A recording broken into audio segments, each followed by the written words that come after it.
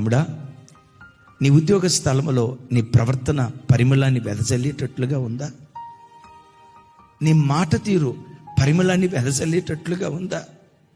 నిన్ను చూసి క్రీస్తు లాంటి నడకయ్యా వెళ్ళదే, క్రీస్తు లాంటి మాట తీరయ్యా వెళ్ళదే.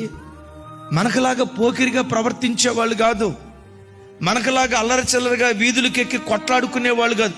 చూడండి వాళ్ళ డీసెన్సీ, చూడండి వాళ్ళ డిసిప్లైన్, చూడండి వాళ్ళ ఓర్పు, చూడండి వాళ్ళ మాదిరికరమైన ప్రవర్తనని. నీ ప్రవర్తన పరిమళాన్ని వెదజల్లేటట్లుగా ఉందా, దుర్గంధాన్ని వెదజల్లేటట్లుగా ఉందా? ఒక్కసారి ఆలోచించు. ఒక మాట అడుగు, దేవా, పరిమళాన్ని వీచే ప్రవర్తన నాలో కనపడినట్లుగా నన్ను బలపరిచయ్యా. ఒక్క మాట అడుగు. ఏమడుగుతావో తెలుసా? ఈ భూమి మీద బ్రతికిన కాలమంతా నీలాగా నేను బ్రతకాలేసయ్యా, నీలాగా నేను జీవించాలేసయ్యా.